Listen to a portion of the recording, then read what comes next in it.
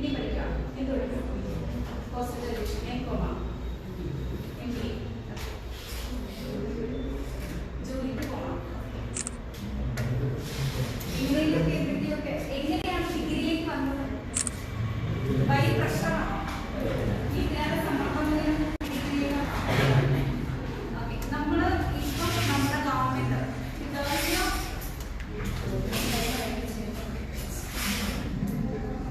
നിങ്ങൾക്ക് എന്താവാൻ ആഗ്രഹം? അംബിഷൻ എന്താ? ഒരു അംബിഷനും ഇല്ലേ? കല്യാണം കിട്ടാൻ ഇപ്പം ഒരു അംബിഷനില്ലേ? ഇതാകും അംബിഷനില്ല, അംബിഷനില്ല.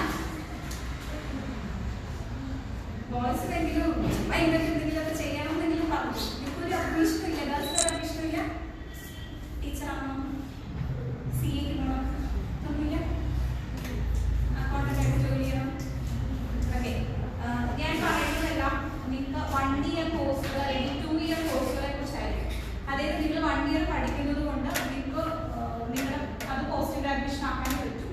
പ്ലസ് നിങ്ങൾക്ക് ജോലിയും കൂടെ കിട്ടും. അത് ഡിഗ്രി ആയിട്ടാണെങ്കിൽ 1 ഇയർ നിങ്ങൾ പഠിക്കുക, 1 ഇയർ ഇന്റേൺഷിപ്പ് പ്ലസ് നിങ്ങളുടെ എക്സ്പീരിയൻസും കൂടെ ആഡ് ചെയ്യുക.